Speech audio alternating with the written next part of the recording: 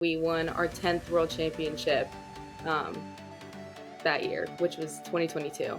So that was probably like my greatest moment of my life. That's the voice of Lily Garofalo, the freshman Alabama cheerleader and alumni of the Stingrays Orange Dynasty. Lily shares her story moving from gymnastics into cheerleading and eventually competitive cheerleading, making it to the top level. She's got a lot of interesting insights, so enjoy the episode and don't forget to hit subscribe. All right, guys, welcome to episode 4 of the All In Podcast. I'm Conrad Cornell, your host here with Chloe Cleveland, and we have an extremely special guest with us today, Lily Garofalo. Welcome to the show. Thank you. So, guys, Lily is a cheerleader at Alabama, and I'm going to pass it to Chloe to give her background because I'm new to the whole cheer world, and Chloe will do a better job. Yeah, absolutely. Well, this is Lily. Super awesome. She has been an all-star cheerleader and high school cheerleader, and now cheers to the University of Alabama. So, and does partner stunt for Alabama, which is amazing as a freshman. So, like, just wow. I think she has a really cool lead up to kind of how she got to be at Alabama, which is, if you don't know already, is one of the most prestigious, especially SEC cheerleading programs. Big name, big time, big winner program. You know about their football team, so same thing with their cheerleading squad. So I guess Lily can just kind of tell us about what high school she went to, if she did high school cheer there, because that kind of parallels to college, and then what her all-star experience kind of was. So whatever you want, Lil. Okay, yeah. So I first started the whole journey with gymnastics. I started from age 2 all the way through my freshman year of high school. I wanted to originally go D1 for gymnastics. It was my whole life, my everything. And all my friends in high school convinced me to do cheerleading. And I was like, okay, maybe I should. So I started doing high school cheer, fell in love with it, but I wanted something that was a little bit more competitive where it took up all my time. I wanted it to be my whole life. So then that's when I was thinking about doing Stingrays, and my first coach actually asked me to join the team called Apple at the Stingray All-Stars mid-season. And I was on that team for about 3 years, and that's what led me to want to go collegiate. But I really had no idea what college cheer was. I was like, oh, I just want to do All-Star for the rest of my life. Wow. And then I realized obviously can't do that. And so that's kind of what got me in love with it. So Walk everybody through how the Stingrays work. Obviously one of the best cheerleading organizations out there, and how is it kind of structured with each age group, or might not even work that way? Well, I was just going to say, for me, Apple was definitely an amazing starting point for me. It's the team itself has progressed over the years. And when I first joined, it was the perfect starting point for me. And my coaches were super just chill and understood that I was transitioning from a completely different sport.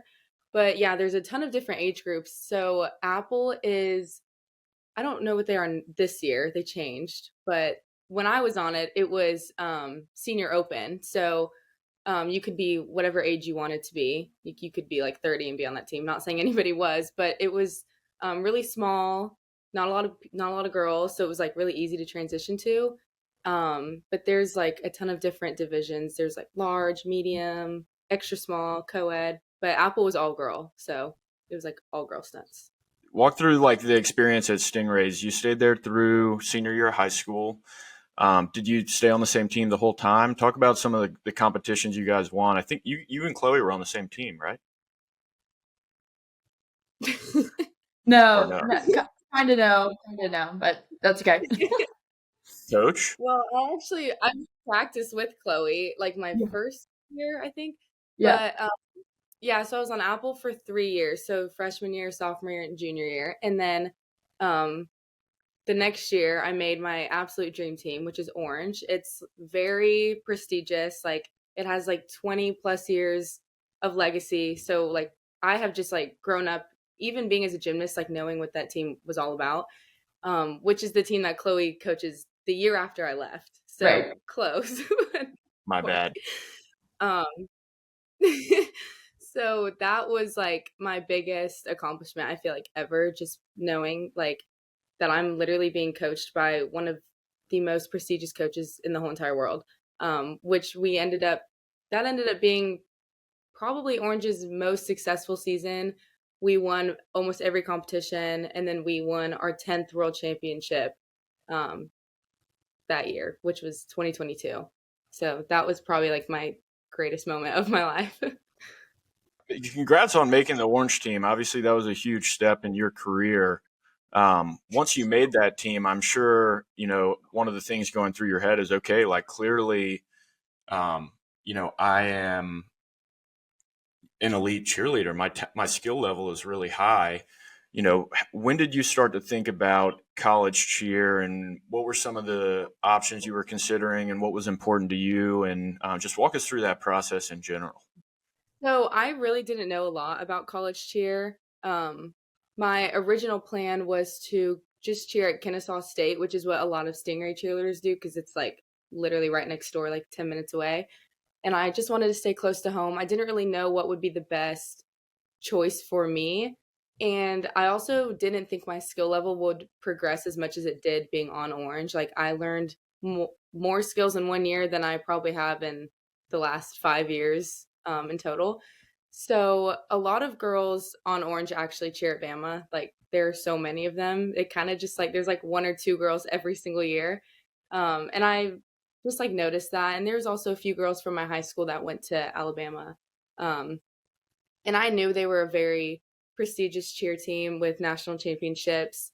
But I also wanted to be like a well-rounded cheerleader. Like I wanted the game day experience with like the big stadium. I wanted to have like everything combined in one school that you can get. And I feel like you can't really get that anywhere than Alabama with the competitiveness of the cheer team, the legacy, the game day. Like you can't get better than Alabama game day. So I was like, oh, that seems pretty fun. She's right. She's right. A lot of programs have like they're very much like one sided. Either they really focus. You'll know Navarro, obviously. Connor, you probably heard of them. They're very much like competition focused, whereas like University of Georgia, the University of Florida are very much more like game day focused. So Bama's like probably the perfect middle ground of like being competitive and also being like a great football school. Mm-hmm. Sure. So when did you make the decision that you were going to go to Alabama? Was it a tough one for you, or was it pretty easy once you kind of, wrapped your head around everything? Oh yeah, it was super tough because the minute I won Worlds, I was like, "Oh my gosh, I want to stay here forever. Like I want to do it again." Because I had another year of eligibility on Orange, so you can like super senior. So that would be my freshman year of college, and I really, really was just like set on that. And my dad, he's like one of my biggest supporters ever. Like he travels with me for cheer, everything. And he was like, I think you should just try. Just try out. Like it's something different. Like you've been doing all star for all of high school now. Like you're not gonna be able to do it forever. And I was like, yeah, I guess you're right. And it was super tough, but I was like, I'm just gonna try out. And if I don't make it, oh well, then I'll do orange again. But if I do make it, then like I can't like just like pass up that opportunity. So that's when I went and tried out, and I wasn't even really nervous because I was like, oh, I just want to go back to Stingrays. But I mean, I'm super glad that like, this is like God's plan. Like he wanted me to make it. And like I think it's overall made me a very like well-rounded person, like having to be an ambassador for like one of the biggest colleges in the country. So, I'm really glad that I ended up, taking that risk. So Yeah, well, I was gonna say how many. I know there's usually like not that many spots. Do you know how many people tried out that year, and how many spots there were when you made it? So last year when I tried out, there were so many people. There was virtual tryouts, and then you would get an email to come in person, and then there was like 3 or 4 cuts within that in person tryout. It was like two full days. It was very exhausting. I can't remember how many people went to in person. I think it was like 60 to 100 Okay, roughly. And there was like cuts within that. I don't know how many people tried out virtually, but they ended up taking 10, okay, 10, 8 freshmen, and then 2 transfers. So it's and that's on usually co-ed and all girl. So all girls probably that's what? Well, that was just on all girl. Co-ed usually takes a lot less because I think it's really hard to find like co-ed boys and co-ed flyers. So I can't, I don't know how many they took. But yeah, we take a lot more than we put on mat because for game day we have to have like, I think we have 34 girls on game day, and then we have 20 girls that compete at nationals. So they kind of chop it in half. I was gonna ask the process of like who makes mat because I know about like a couple of y'all that have come from Stingrays and everything, but like what's that kind of like? Is that another tryout or how does what's her name? How does she pick that? So yeah, we actually have a new coach this year. Her name's Asia. She's the Love best. But her. last year we had Brandon Prince, which I also love him. He's been coaching there for like 14 years. But it's basically another tryout. Like going into that, like it's like okay, you make the team, but like, do you get to compete? Like you don't. You're never promised that. Not like there's some people that just never end up competing. So I was like, I mean, if I don't compete this year, it's okay. I'm just a freshman. Like maybe next year. But the group that he put me in, like we just like we fit together so well. Like, and I also think like having my background on orange, like if I didn't have that, no way I would have made Matt. And I mean, I wasn't really expecting it, but I worked my butt off. Like I was always in the gym stunting, like with my group. Like I was taking all the corrections I could get. But yeah, it really is another tryout. It's like you're basically competing with all the people that came in with you. So That's Well, awesome. that's a good segue into kind of walking through this routine from the world. And you talked about that competition. It's a big deal to get there. And then I think you guys were finalists, right? for for For world, for well, nationals this year. for nationals, yes. So we got third place at nationals, but the day before we have partner stunt, which is you basically can just like send in a little video, and then if like you're like top 10 or whatever, then you qualify for in person, which is the day before nationals. So we were in first place in the from the qualification videos. So we got to do that the day before we competed at nationals, and it was just like a super fun experience. Like it wasn't too stressful. It was just like okay, like I'm doing something new. I really didn't know what I was doing. I had no clue what partner stunt was. Um, it's basically like you don't even compete with the girls that with the teams that are in your division. So it was it was very chill. Our team was literally right there, right in front of the mat, cheering us on. So it was a very great experience. Nice. So is this the video of that? Yes. All right. So we're going to do a segment here where you walk us through what's happening for someone who's not ultra familiar with cheer. And even I'm sure there's going to be, cheerleaders that listen to this that, would love to get kind of your thought process on what was happening here. It's a huge stage um, at nationals. So when you're walking out on the floor here, are you nervous or are you, what's going through your head? So, I mean, we were the most consistent stunt group from the whole season. Like, we were really just like rock solid. But it was really funny because during warm-ups, we fell on every single stunt, every single one. And we were just like looking around, like, okay, what are we supposed to do? Like, laugh? Like, I don't know. Like, we didn't know what to do. And it's just funny because, like, in cheer, like, it's really just a hit or miss. Like, there can be your off day. And so that was the funny part, but I mean, I wasn't too nervous. I was So warm ups were kind of like everyone's looking at each other like, holy crap, what potentially this, yeah, we're like, what, okay, what do we do? what's going on? And then how about like, so this is, you're on the left, is that correct? Yes. So walk us through like what's your responsibility here? You're lifting them up, and then like what are you thinking when all of you're throwing someone in the air like this and responsible for holding him up? Yeah, so I mean, as a main base, it's like I feel like I have so much responsibility in the stunt. And especially as a freshman, I just had like so much pressure put on me. But my stunt group was like they made me feel the most confident ever. So, I mean, I felt like I did the best that I could.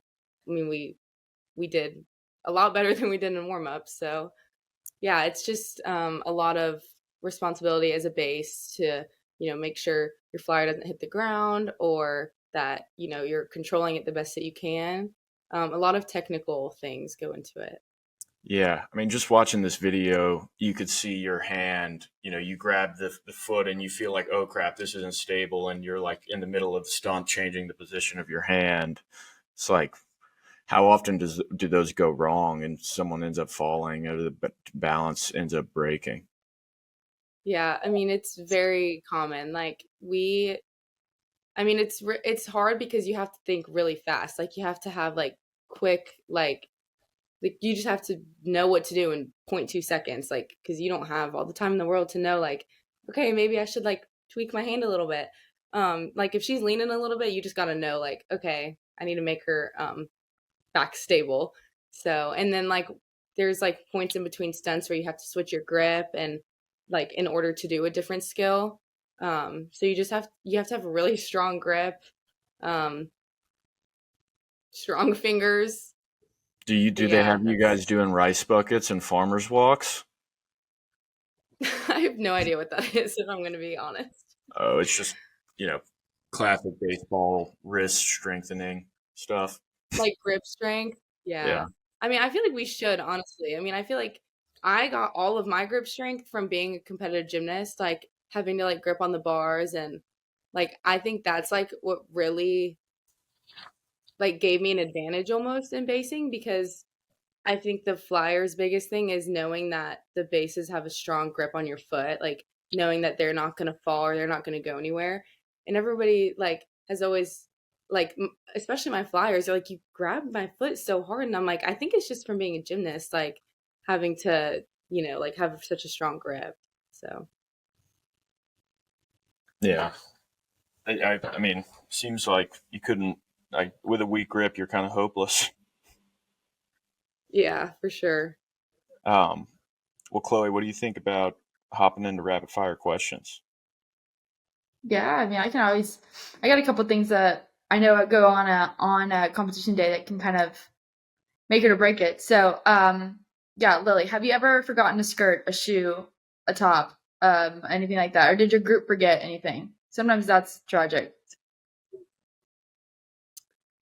Not that I know of, honestly. I think especially being a freshman at Alabama, like having so much pressure, I'm like, oh my gosh, I literally cannot forget one thing or I'm booted out of here. So I literally would go over my checklist like a million times. I'm the queen of checklists. Like I send it to all my teammates. I'm like, this is what you need.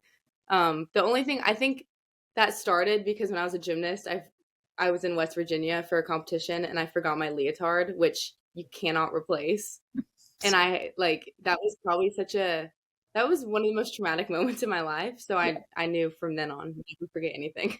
Yeah. I know sometimes with y'all being kind of famous on Instagram that you'll get stopped a bunch of these competitions where do you feel like y'all had people always asking for pictures and autographs and stuff, or were you kind of like good to go? Yeah, I mean, my experience on Orange, I think I definitely had a little bit more people come up to me and be like, "Oh, like, can I get a picture with you?" Like, or they would know me, like my name personally. And then whenever I switched to college cheer, it's a lot of parents just asking for pictures like with their kids and stuff. But there are definitely more creepy men at college football games, obviously. Like they just want a picture with the cheerleaders, and there's a few there's has been a few scary experiences of like people knowing my name that are like older men that like would have no reason to know my name. Right. But yeah, so definitely.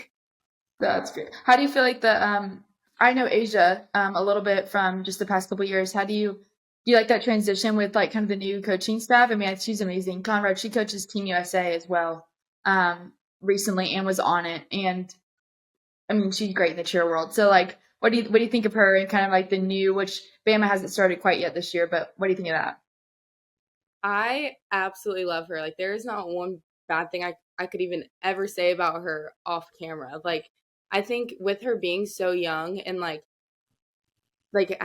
but knowing so much about cheer, like and stepping into like the coaching world, like she coaches Team USA, but being like a head coach at a college cheer team is like probably so fun for her. And I feel like she has so many like ideas and experience that like we've never had before. So, and I mean, I love that she's young. She like bonds with the girls so much. She's like our like best friend already. I mean, I think I've already learned so much from her just in like the last few months of like little practices here and there. So I absolutely love her. And like knowing that she coaches Team USA, which is hopefully and would be in my near future, Mhm. if I end up leaning towards that. Like I know I have someone that I can like rely on to, help me and give me really good advice on that. Yeah. Okay, last one, last one. How is it at tryouts seeing all of the girls you kind of grew up with, like from Stingrays or even from school, like come in and try out? Because I think there's like maybe eight orange girls on there now or something like that. I know a couple just made it, so that's exciting. What how's that go? Yeah, so since I was only on Orange for a year, I didn't really know a lot about those older girls. I mean, I knew about them, but I didn't know them personally. I went to one clinic before tryouts, and we like all took a picture together, like with all of them. And I was like, "Dang, this is like so many Orange girls."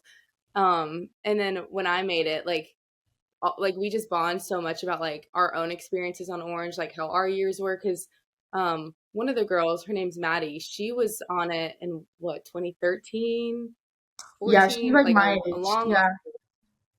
yeah.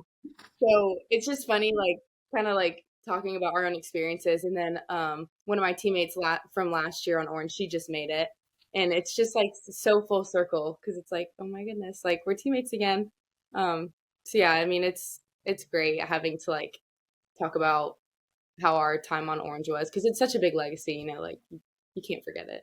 Right. So Lily, I got a question. If there's a young cheerleader that's in high school watching this, trying to figure out, what how to think about college cheer and what to be doing, what advice do you have for them? I think just to be patient. I think when I first joined cheer, all I wanted was to be the best within a year, and it's not going to happen. Like, I mean, it takes time, experience, a lot of experience, and a lot of time. So, I mean, I didn't get to where I am. Um, I mean, it took me 5 years. So I think just like being patient with your skill level and just having a good attitude. I mean, a lot of people just like stereotype cheerleaders into being like these cute little, like preppy, happy girls all the time. And it's not like that, but also like you have to, be an ambassador for whatever program you're representing. So just always like, having a good attitude, being a good person. That's probably my biggest thing. That's great advice. So if you were going to play another sport that wasn't cheerleading or gymnastics, what would it be? That's really tough. I would say I feel like my inner self, like I just love like I mean, with my personality, I feel like a lot of people wouldn't expect me to be a cheerleader. I feel like I would totally be like a soccer player or like a swimmer. I don't know. I feel like soccer is just so aggressive and like I feel like I can totally just like get in there. Like I don't know. I feel like I'd be really good at soccer. I did tennis and swim when I was younger, so I know a little bit about those as well. Um, that's awesome. Yeah, soccer's a great sport. If you had to live in another country, where would it be and why? Oh, Europe for sure. I would probably live in like Italy. I went to Italy when I was younger.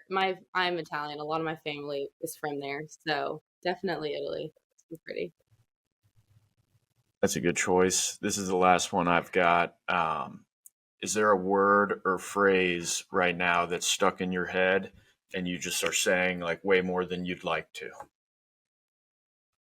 The word period. I say it way too much. Literally, like in everything. And my friends are like, Lily, like stop saying that. And everything's if someone says something, I'm like, oh, period. And they're just like stare at me. I'm like, sorry. But yeah. Mine right now is salty MF. I'm calling everyone a salty MF. You guys are both salty MFs. I'll have Um, to write that one down. well, shout out salty MF. they're about to start sponsoring our Player of the Week, which, Lily, you can be our Player of the Week. Great. So, guys, well, Chloe, you got anything else before we wrap it up? I don't know. Lily's amazing. They're all amazing. Everyone that is on Alabama is just 10 out of 10. So, I would say keep on watching that program. They're going to do big things, and Asia is the GOAT. She's also on the app, with all of her kids and teams and stuff. So I'd say keep an eye on them. And so, Lily, how can the audience find you and connect with you if they have any questions? You can DM me on Instagram. It's just my name, Lily Garofalo. My TikTok is an extra O at the end. Those are only the two main platforms that I'm on. So And definitely of DM course, me. the newest user of Press Sports. Yes, of course. Love that. Hey, we're going to get you on there, and you're going to become a Press Sports celebrity quick. Awesome. excited. Well, hey, Lily, thanks so much for your time today, and thanks for coming on. I know that this is going to be really, really helpful for a lot of girls who are trying and guys who are trying to figure out their next, career moves in cheer. And so that is all we got for episode 4 of the All In podcast. Thank you guys for listening. Thank you. Thank you. Thanks for listening to the All In podcast. If you enjoyed this episode or you're new to the show, we'd love to have you subscribe to catch future episodes. You can also follow us on Instagram, TikTok, and Snapchat at Press Sports. And of course, sign up for the app by downloading Press Sports in the App Store or Play Store today. Thanks for listening.